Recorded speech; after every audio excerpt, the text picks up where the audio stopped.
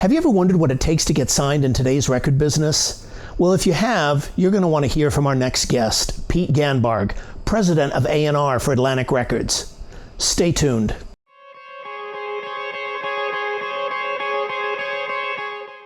Hey, it's Rich Ezra from MUBUTV. We're coming to you live from Muse Expo here in Hollywood. This channel is dedicated to artists, producers, songwriters, and musicians, and music industry professionals of today and the future. We managed to catch up with one and only Pete Ganbarg, President of A&R at Atlantic Records. Thank you so much for joining us, Pete. I really appreciate it. Thank you, Rich. Always a pleasure. See you. You know, I want to ask you, the business has changed so much in the last 3 to 5 years, and you know, I look at the signing process today, and from your point of view, you run a major label A&R department.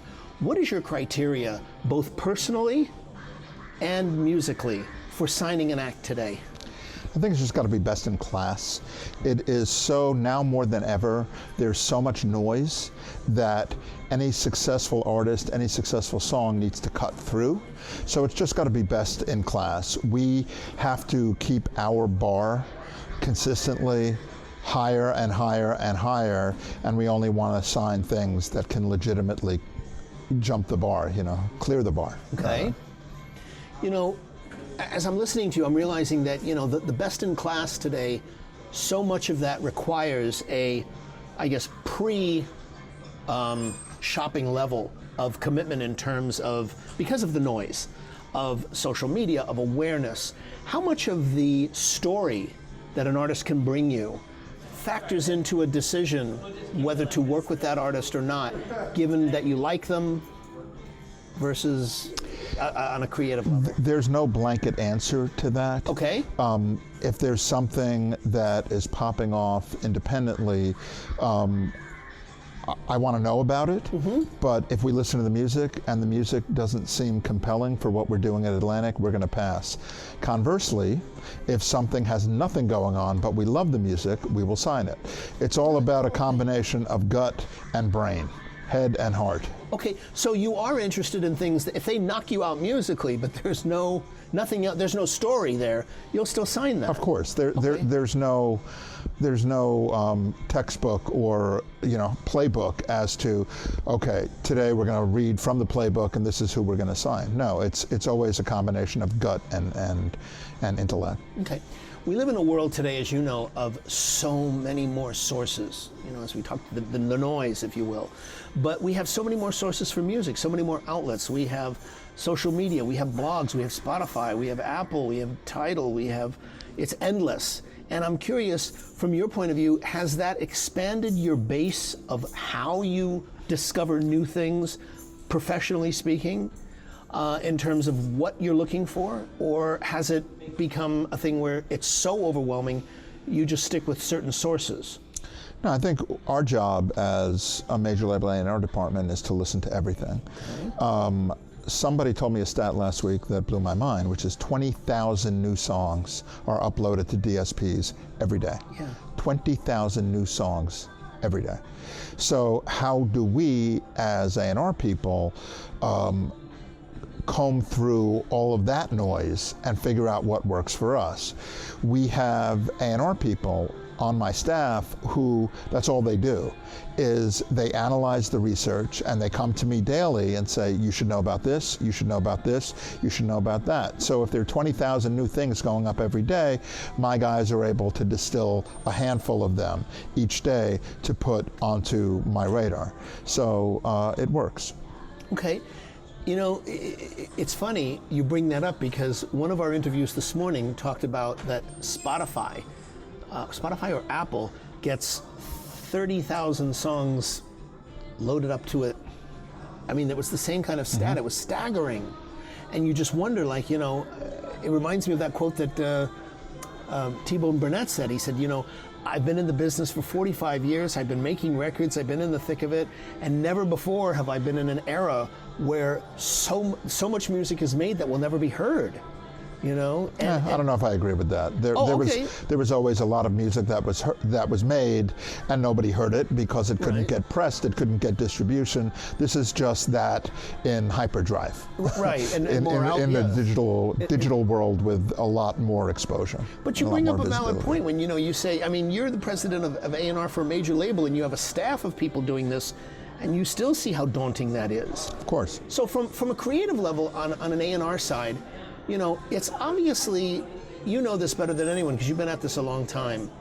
It's obviously a lot more than just a good song or just a hit record that can make a career. I mean, often we can point to dozens of examples from all labels where they have hits, but nobody wants to see these people live. There's not interest beyond that. How do you determine when you're signing an act if there's something more than just a great, well-produced song or a song even that you believe is a hit record? I think that we have to look at things that check all the boxes. There are going to be artists that we fall in love with that have no story and they're playing to 7 people, but we believe that taking the long-term approach, artist development friendly approach, and throw the clock and the calendar out the window, if it takes a year, if it takes 3 years, if it takes 5 years, if it takes 1 album, if it takes 3 albums, if it takes 5 albums.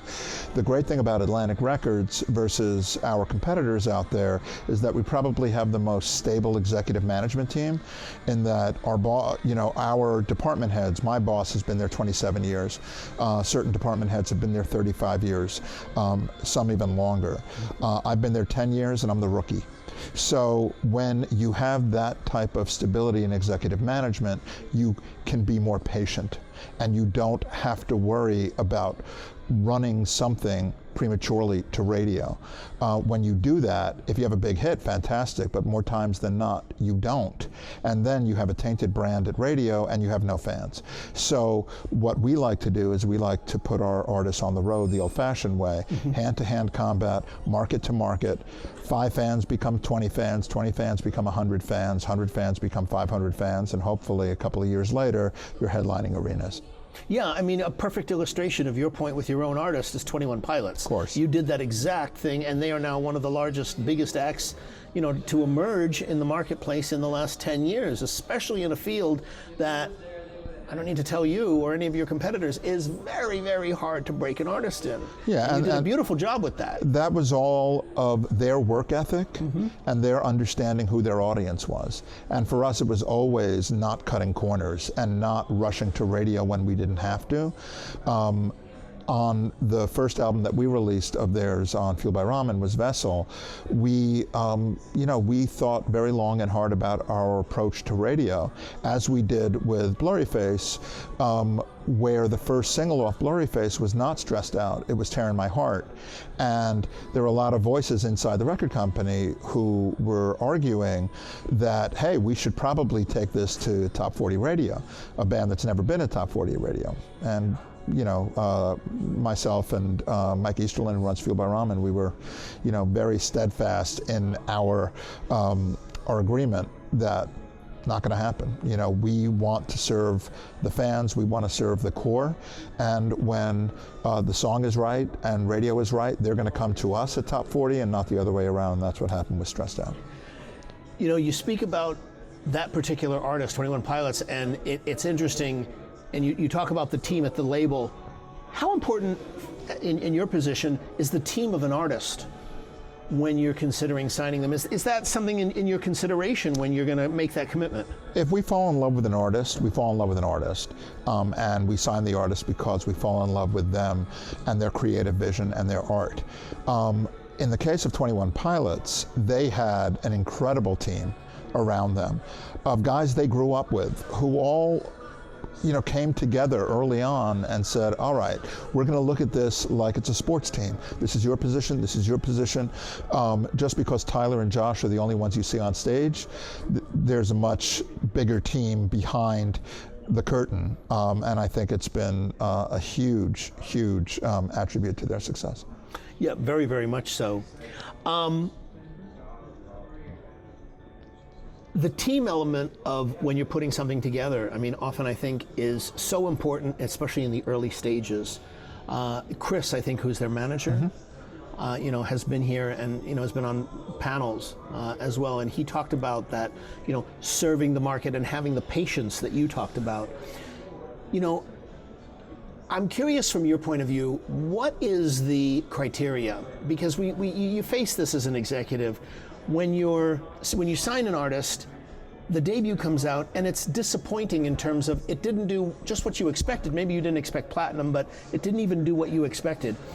In your opinion or your criteria, what determines continuing with a second record and moving forward versus, saying, I don't think this is right, not only for sales, but maybe for a plethora of other reasons. What are the determining factors in going forward on something that didn't quite meet expectations the first time? When we sign an artist, we're signing the artist for the long term. If we choose not to continue with an artist after the first cycle, it's because something went wrong.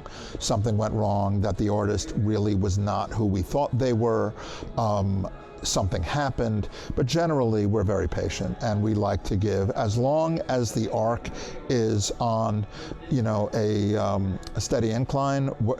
Incline can be very, very slow, but as long as the fan base is building and the creative growth is building, we're going to continue with that artist. Okay.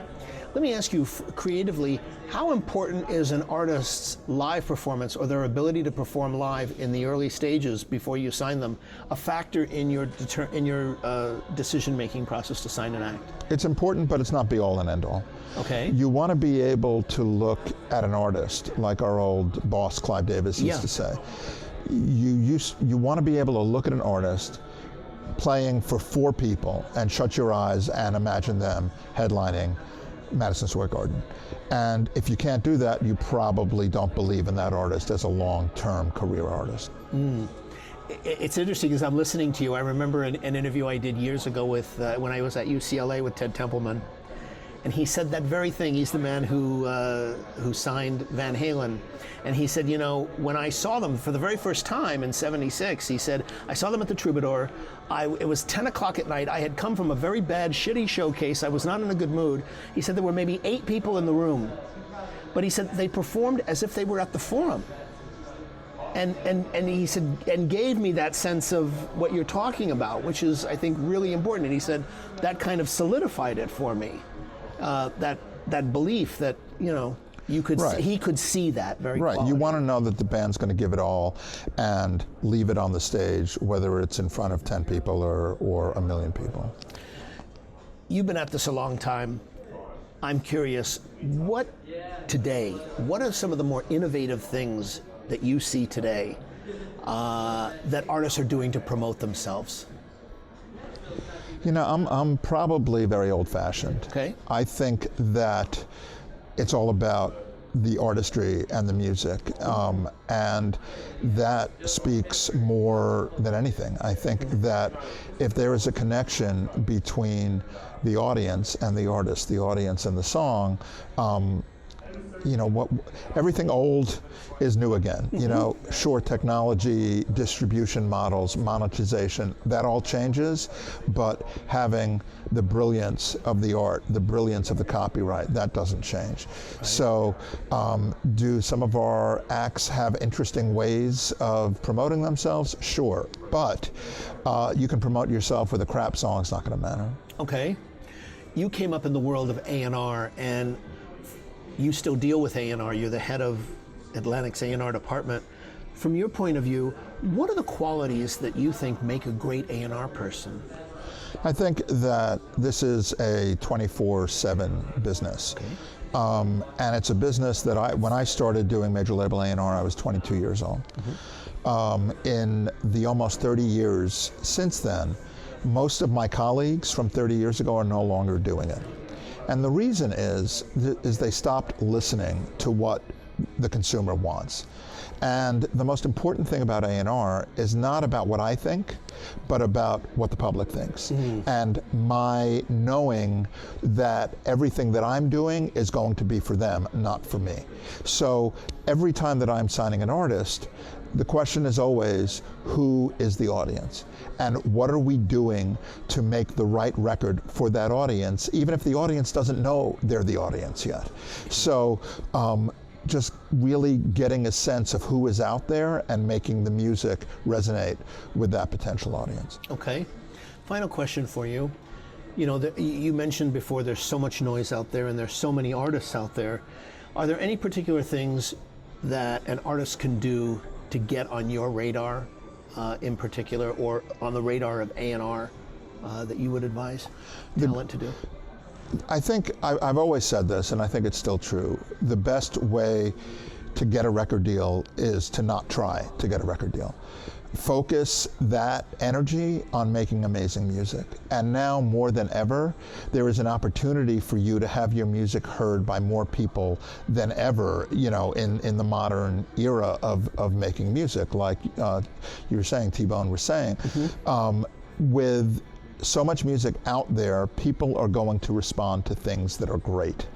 And if you really hone your craft and you really work on making sure that your music is great and that you're out there wherever you are, connecting with an audience on a local level, chances are that it can then boomerang with some help from, you know, labels like Atlantic to be able to take what you're doing on a micro level and push it on a macro level. When we first signed 21 Pilots, if you went to Columbus, Ohio, it was Beatlemania. If you went to the next town over, nobody knew who they were. So for us, it was basically saying, all right, let's sit in a war room and figure out the next 6 months, 12 months, 18 months, how are we going to take what's happening in Columbus, Ohio, and use it as a blueprint for the rest of the world. And the band signed on, and we signed on, and all together with those people we talked about before who were behind the curtain, really made sure that we were targeting that audience. The people that were, you know, the first fans in Columbus, and how could we then, you know, ricochet that to Cleveland and to Pittsburgh. And, you know, I remember seeing them in Pittsburgh before we put out the first Fueled by Ramen release. There were 9 people there, you know, and then to literally like feel like I've blinked my eyes, and to stand side stage at Madison Square Garden not that many years later, you know, there's nothing better for a band, nothing better for an A&R person. Yeah, and you realize that they built an audience, and that's what's going to last. And made great music too. And make great music. I can't thank you enough for doing this, Pete. Thank you. You're welcome. Really appreciate it. Always a pleasure, Rich. Always a pleasure to see you. Thank you. Great. All right. Hey, this is Rich Ezra at MUBUTV. Thanks so much for watching this episode. We'd love to get your comments, so be sure to leave them below. And make sure that you like and share the video as well. If you like this video, or if you're new to MUBUTV, we'd love to have you subscribe. So be sure to hit the subscribe button below. And also, make sure that you hit the notification bell so that you can get notified by email every time we put out a new episode. And finally, we need to hear from you. We need to know what kinds of content and guests you're interested in at MUBUTV. So keep it tuned to your trusted source, MUBUTV, Music Business Television.